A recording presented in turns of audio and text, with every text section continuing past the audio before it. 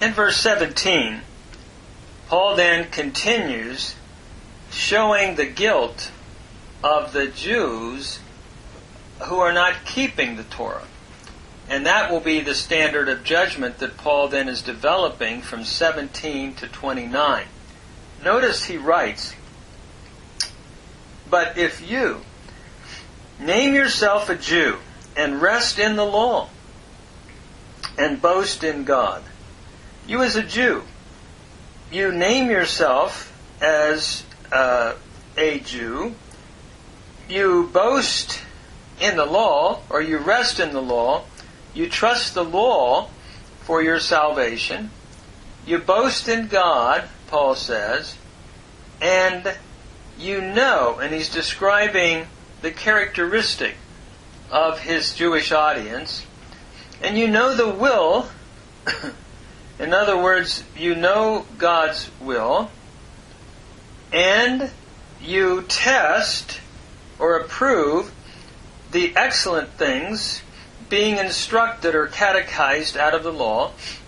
You test the things that make a difference, and then you determine the things that are more excellent that you should do because you're instructed and you're catechized, katekumenos, you're catechized out of the law. Furthermore, you are confident that you are a guide to the blind, verse 19. You lead because you have the Torah. You're a light to those in darkness, of those in darkness.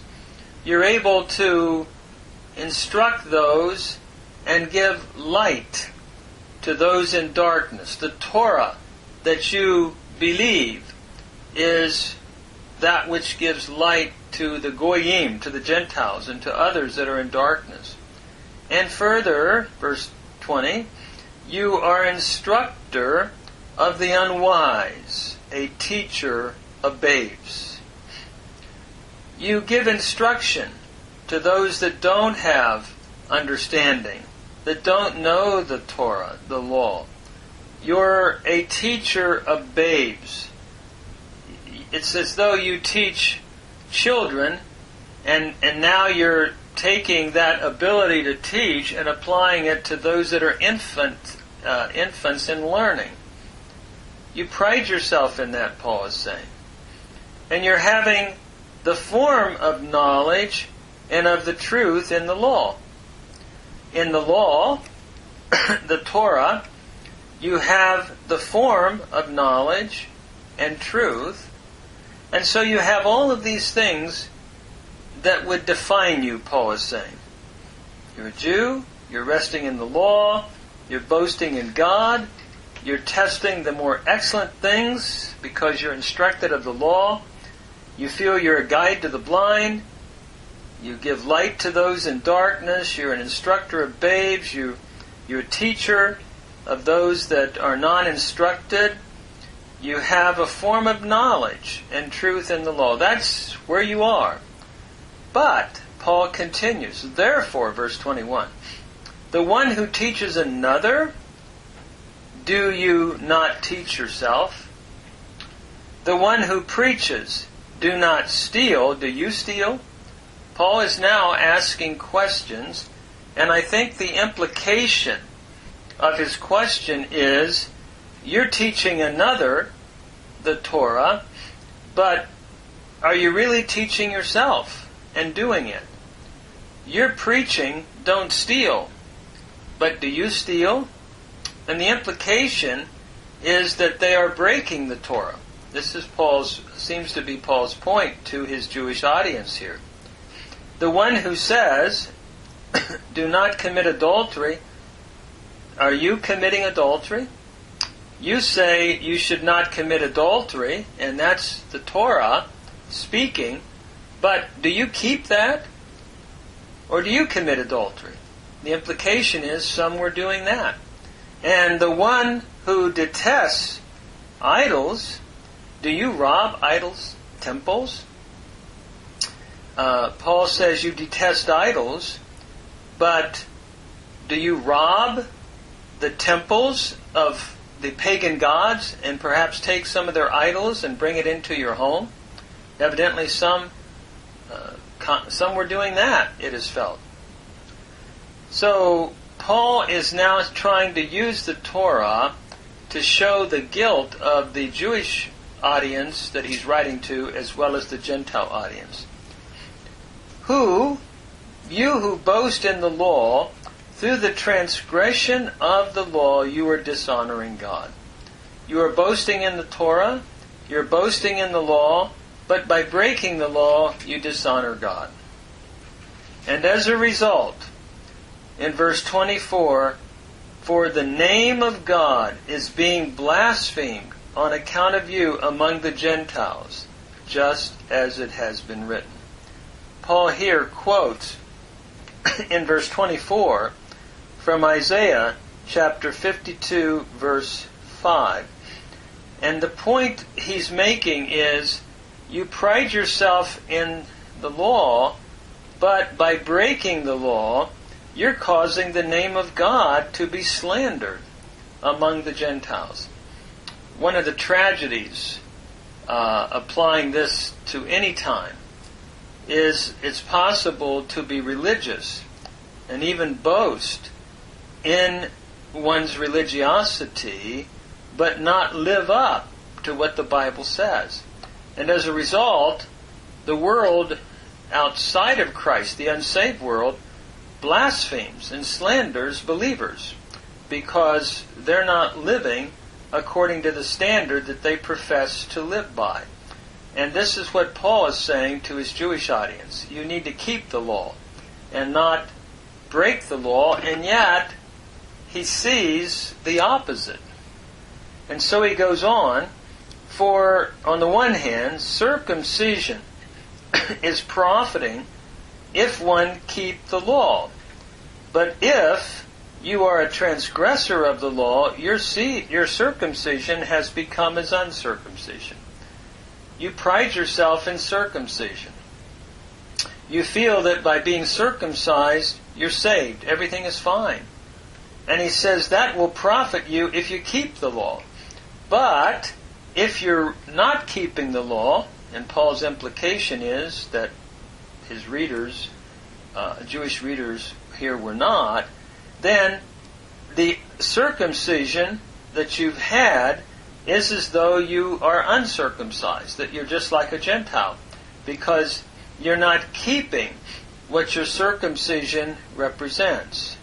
Therefore, if the uncircumcision shall keep the righteous deeds of the law, shall not his uncircumcision result or be reckoned as circumcision? In other words, if the Gentile, if the uncircumcised non-Jew, in Paul's argument, keeps the righteous acts of the law, will not then his uncircumcision be reckoned as though he were circumcised, his circumcision? In other words, external rites alone will not justify you, Paul is saying.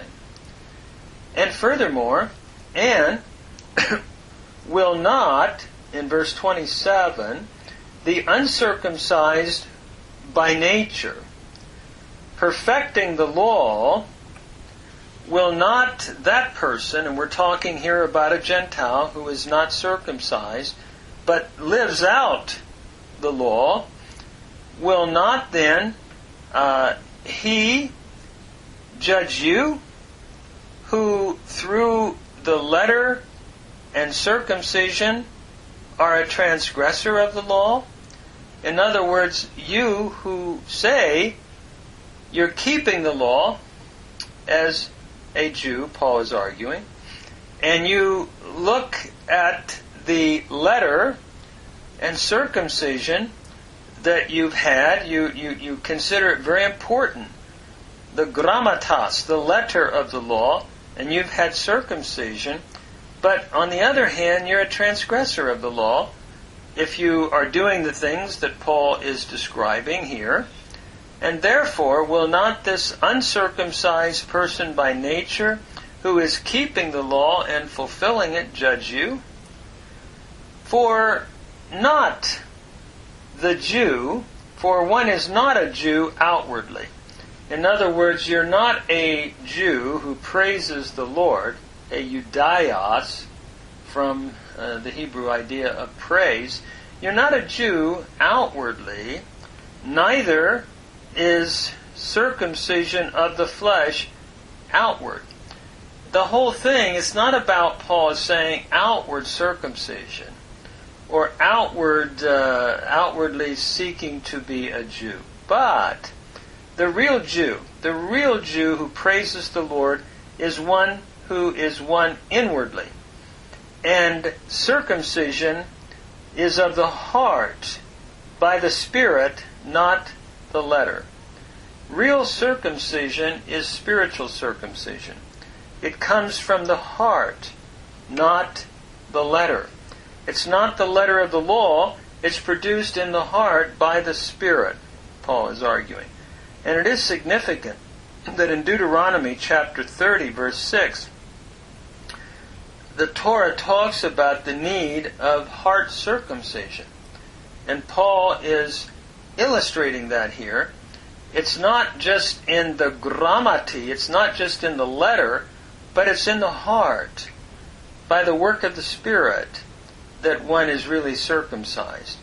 Whose praise then, whose aipanos, this is what a spiritual Jew brings, praise, is not out of men, but out of God.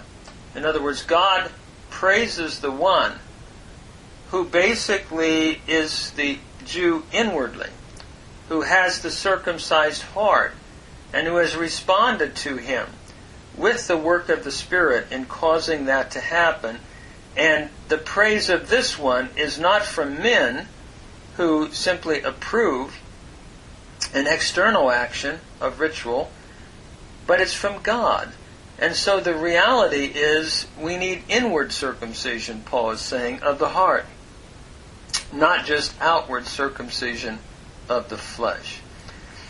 In religion, many times, it's possible to do rituals, to do a lot of things, but if the heart isn't changed, if there's not that interior circumcision, then Paul says it becomes meaningless. It's as though one does not even know true religion. And so as we look at chapters 1 and 2 now, Paul has demonstrated that beginning in 1:18 through 1, that the Gentile world is guilty, because in seeing God in nature, they have created their own gods. And in the way they've lived, they've gone against their conscience that God has implanted in their heart. The Jewish world is guilty as well, because in having the Torah, Paul says, you haven't kept the Torah. And so basically what he's really doing up to this point, and he'll continue this on into chapter 3, is showing the universal need, the universality of guilt, that everybody is under the judgment of God, and that's why Christ came, and why he died, and why now, through faith in him, one can be pardoned or acquitted. So he's laying the foundation. It's like the X-ray. He's showing the disease of all humanity. And the cure will be the justifying work of Jesus Christ that he'll pick up in chapter 3 and following.